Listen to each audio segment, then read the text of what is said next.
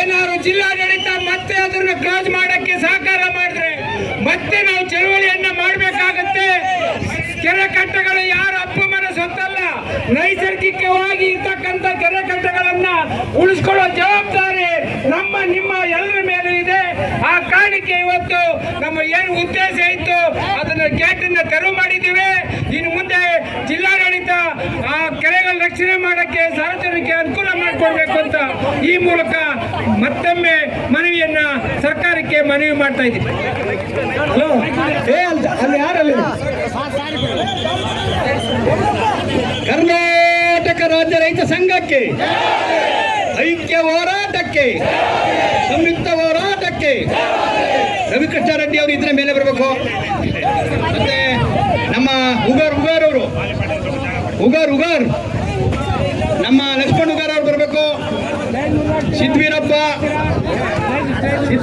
ಸ್ವಲ್ಪ ಜಾಗ ಕೊಟ್ಟು ಮುಂದಕ್ಕೆ ಹೋಗ್ಬೇಕು. ಬಂದೆ ನೀವಿರಮ್ಮ ಮಹಿಳೆ, ನೀನೇ ಇರಬೇಕು ಮುಂದೆ. ಬನ್ನಿ ಎಲ್ಲ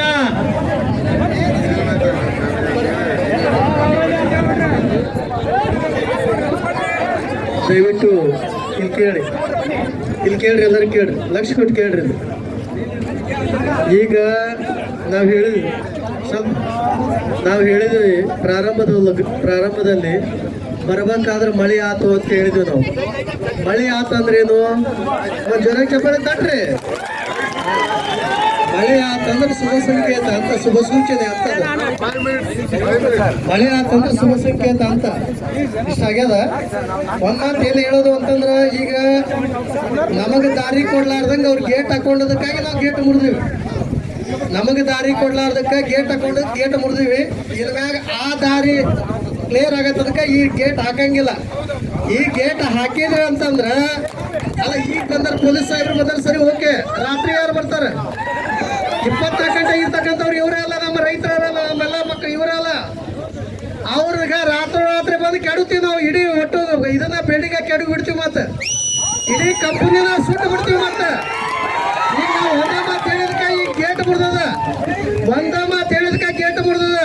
ಇಡೀ ನಮ್ಮ ಎಲ್ಲ ನಮ್ಮ ಕೊಪ್ಪಳ ಜಿಲ್ಲೆಯವರು, ಇಡೀ ನಮ್ಮ ಕರ್ನಾಟಕದ ಎಲ್ಲ ರೈತ ಸಂಘದವರು, ಎಲ್ಲ ನಮ್ಮ ಬೇರೆ ಬೇರೆ ಪಕ್ಷದವರು, ಬೇರೆ ಬೇರೆ ನಮ್ಮ ಎಲ್ಲ ಹಿತೈಷಿಗಳು ಬಂದು ಇದಕ್ಕೆಲ್ಲ ಸಹಕಾರ ಕೊಟ್ಟಾರ.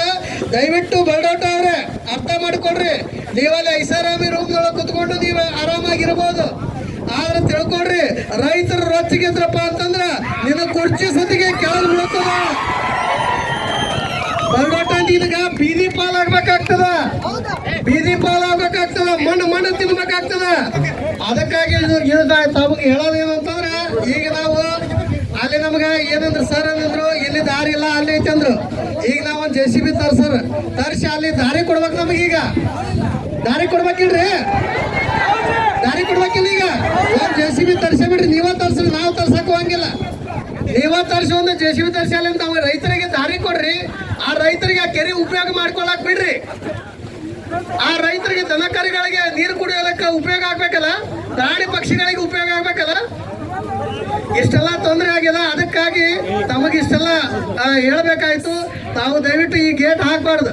ಯಾರ ಗೇಟ್ ಹಾಕಿದ್ರ ಅಂದ್ರೆ ಮತ್ತಾಗ ಗೇಟ್ ಹಾಕಿದವ್ರ ಪರಿಸ್ಥಿತಿ ಹದಗೆಡ್ತದ, ಹಾಕಿಸಿದವ್ರದ್ದು ಹದಗೆಡ್ತದ. ಹಾಕಂಗಿಲ್ಲ. ಹೇಳಿವಿಗೆಲ್ಲ ಹೇಳಿವಿ. ಅದೊಂದು ಗೇಟ್ ಕೊಡ್ರಿ, ಆ ದಾರಿ ಕೊಡ್ರಿ ಅಂತ ಹೇಳ್ತಾ ಇವತ್ತು ನಮ್ಮ ಈ ಯಾವ ಬಲ್ಡೋಟ ಬಂದು ಹೋರಾಟ ಯಶಸ್ವಿ ಆಗಿದೆ ಅಂತಂದು ಹೇಳಿ ಒಂದು ರೈತರ ಬೆಳಗ್ಗೆಯಿಂದ ರಸ್ತೆ ಬಂದ್ ಮಾಡಿದೀವಿ. ನಮ್ಮ ಅಣ್ಣ ತಮ್ಮರು ಅಲ್ಲಿ ತೊಂದರೆ ಅನುಭವಿಸಕತ್ತಾರ. ಎಲ್ಲರೂ ಅದಿರಿ.